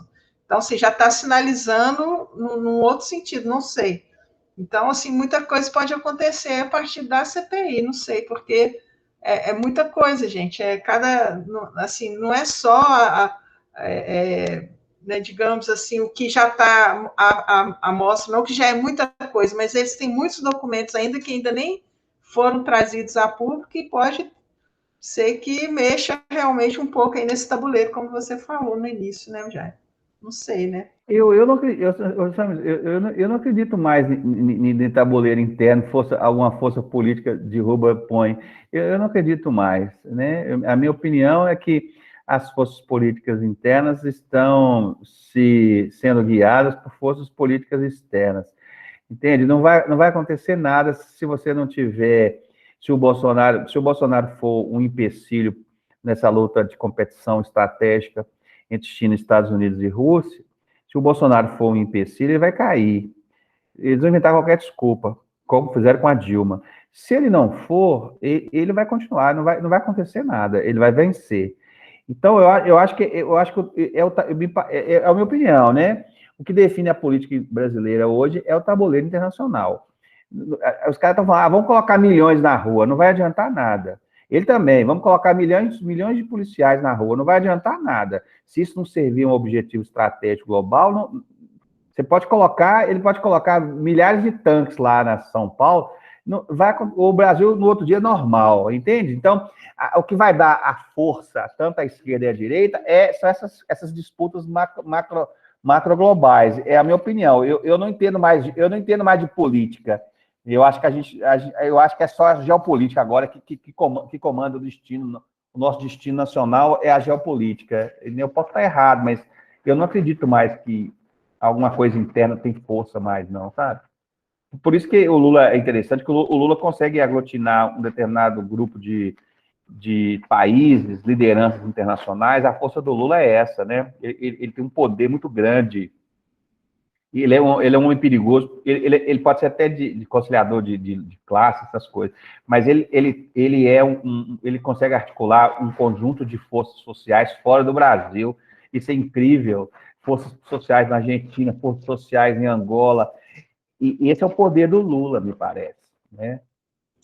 Até na Europa mesmo, né? Nos vários países lá, recebendo prêmios na França, não sei o quê. Vou fazer mais um comentário, uma rodada de comentários, a gente passa para o terceiro ponto. Jailson aí, o Breno, querem falar mais alguma, assim, vamos fazer mais uma rodada? Não, acho que não. Acho que não, tá bom, acho que tá suficiente. Breno, vamos fazer uma rodada final? O outro ponto é rápido.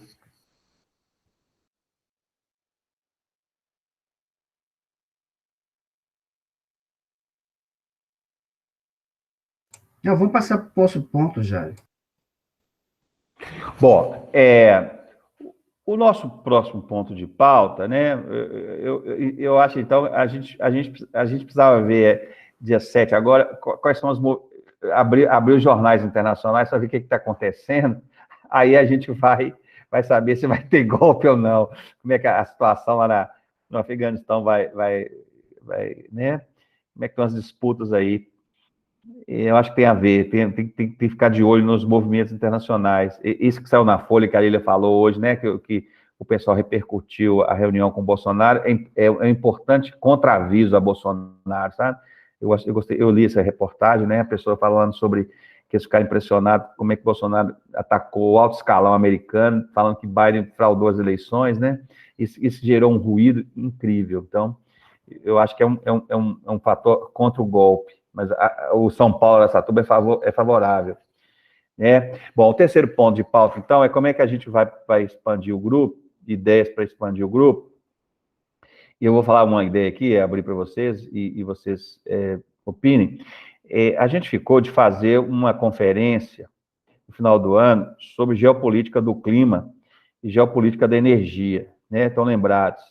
O Tim Rush está disponível, está querendo fazer essa conferência, vai ter conferência agora em Glasgow sobre o clima, e a gente podia fazer paralelo, no final do ano, uma conferência lá via Instituto, via StreamYard, convida Instituto, diretor, essas coisas, né? Então, eu acho que é uma ação que a gente podia fazer para expandir o grupo, fora essas ações da escola. E aí eu fiz uma sondagem com um engenheiro que descobriu o pré-sal, o Guilherme Estrada, né? O Guilherme Estrada é um intelectual, é um engenheiro da Petrobras, aposentado, né? Ele está falando sobre soberania, clima. Não é Estrela, não, João? Estrela, desculpa. Guilherme Estrela. É Guilherme Estrela, né? É, o Guilherme Estrela, tá, desculpa.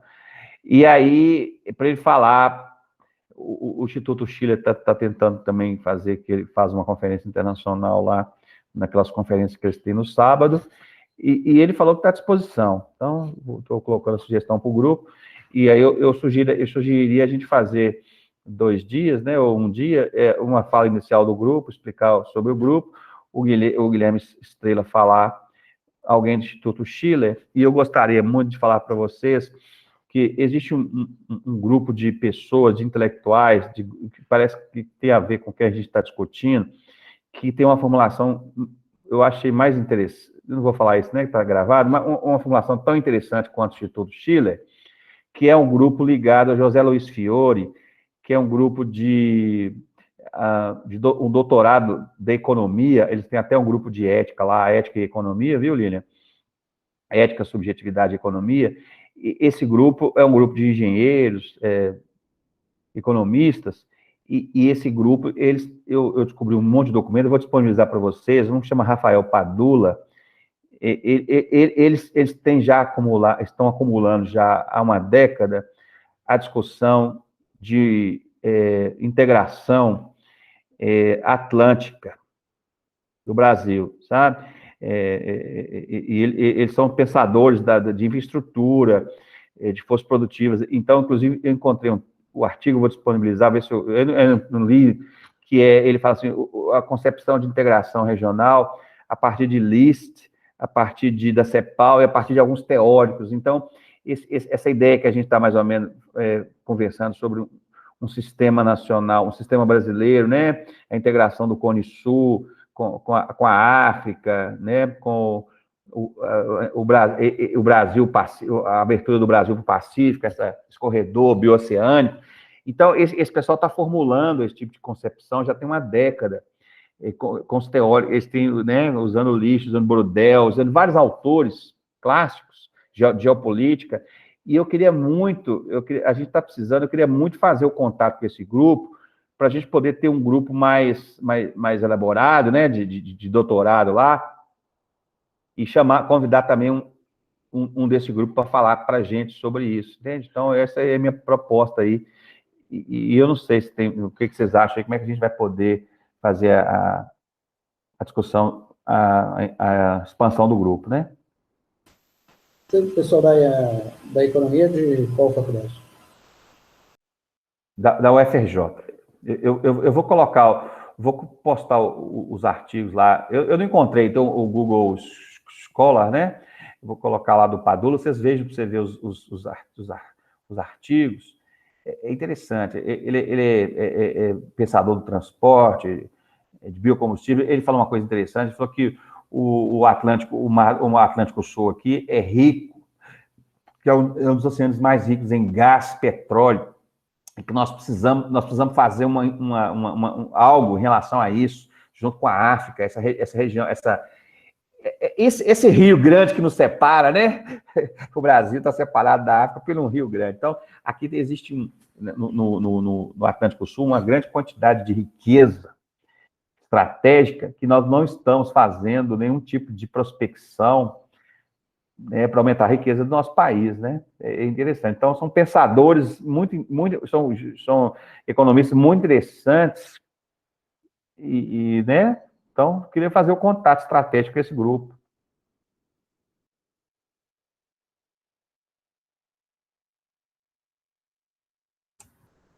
Apoiado. E aí faria um evento para essa aproximação? Como é que seria? Assim, a gente podia fazer uma conversa aí com o final do ano, se a gente não fizer faz a conferência, e faz uma conversa, convida eles para uma conversa entre nós aqui, lá no final do ano, se não der para fazer a conferência com todo mundo, né? Mas aí é uma conferência junto com o Instituto Schiller e com Estrela, mas isso aí é um extra que eu queria convidar esse grupo aí, porque eu acho que vai dar frutos para a gente, entendeu? Que são pensadores muito sérios, assim. Inclusive, o Guilherme está aqui, o José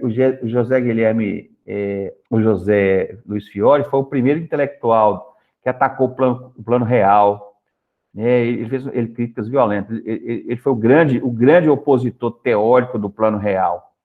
E isso é interessante aí, a gente retomar essa história, né?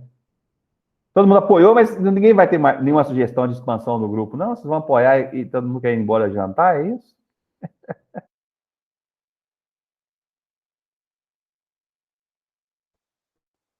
Depois de uma ideia tão boa aí, eu também que estou chegando agora, tô achando que essa aí já fechou.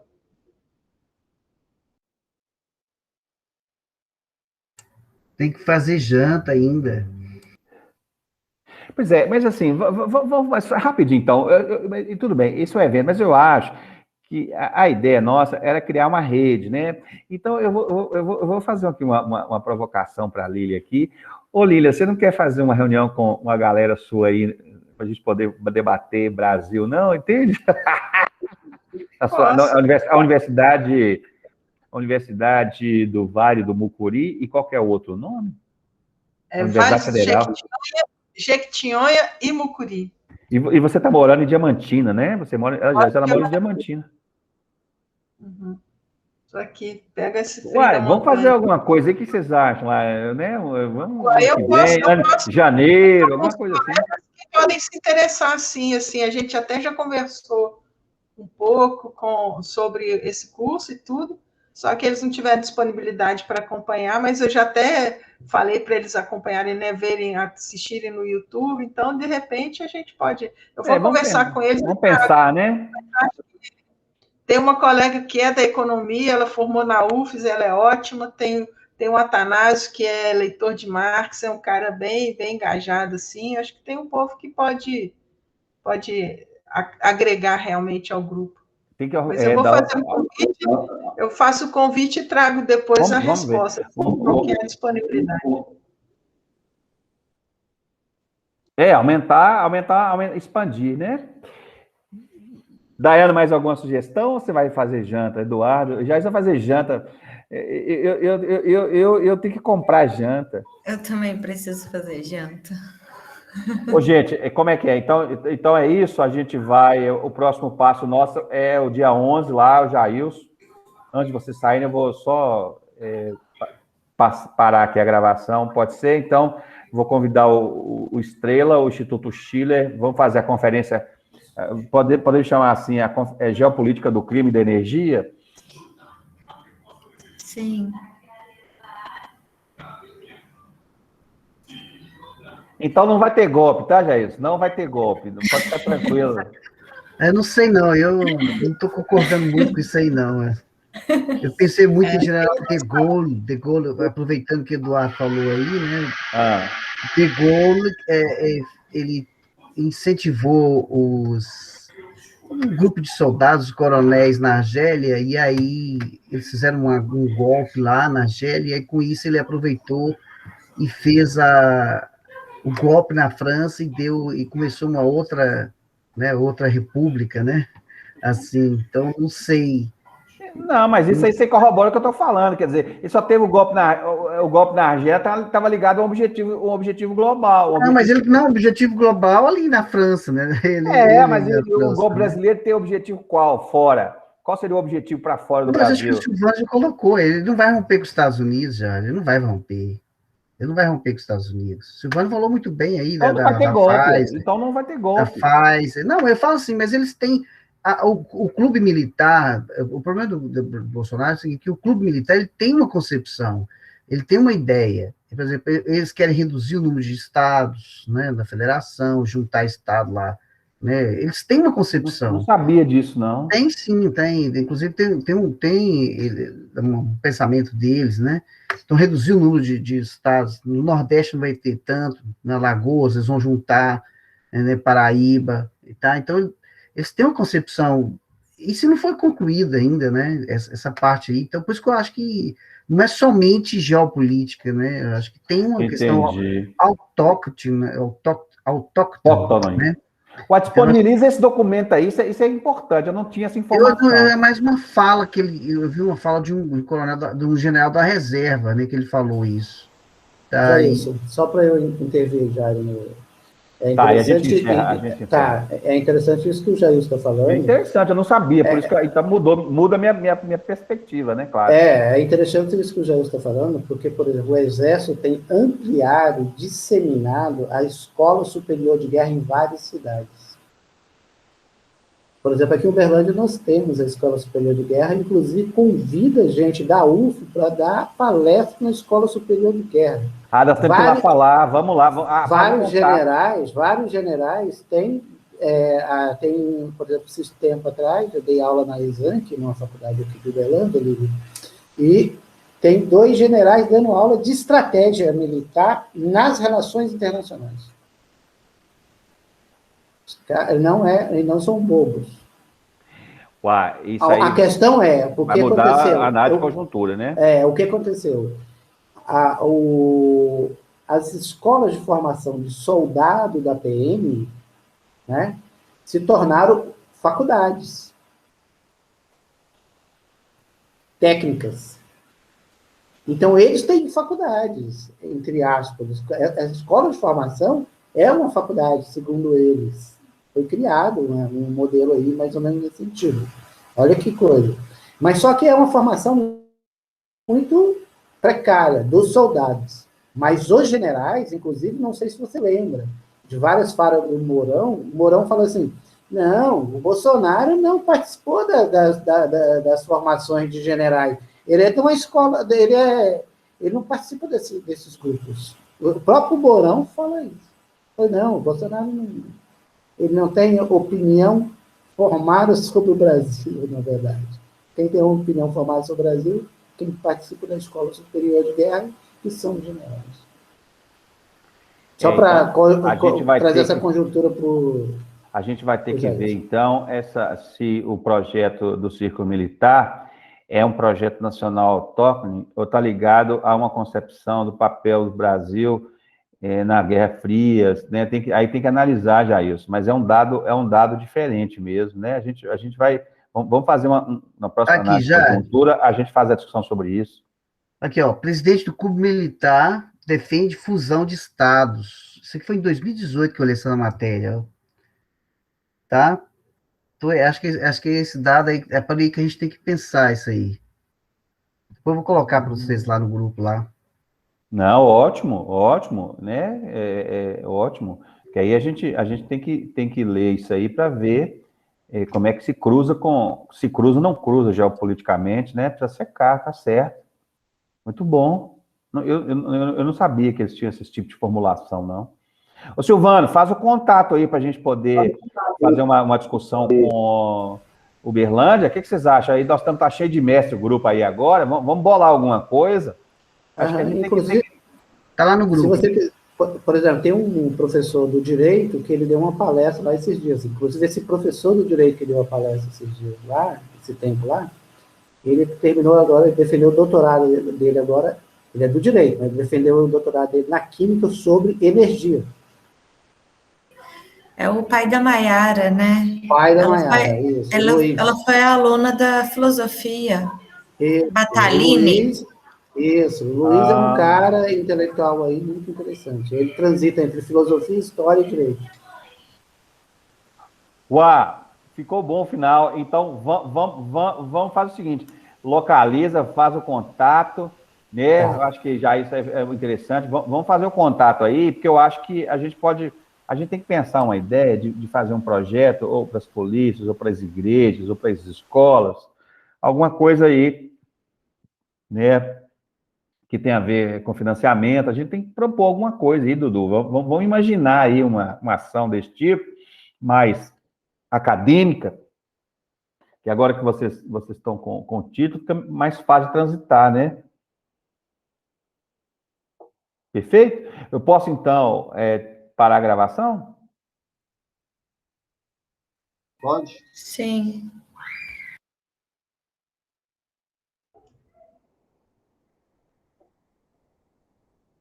Espera aí.